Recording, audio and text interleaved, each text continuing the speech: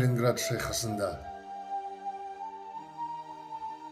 Туған жерінің қорғаушылары жауға қарсы шайқаста өмірін аямады. Үшін қанымен төбелесті.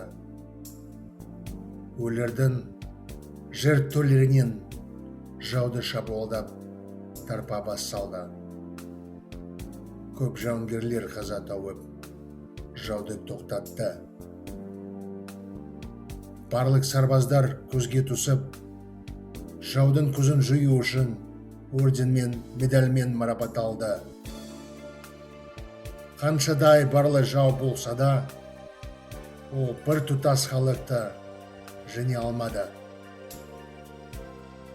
Жау мықты көргенмен, оның бірде-бір күші ешқашан бір тұтас халыққа қарсы жеткілікті болмайды.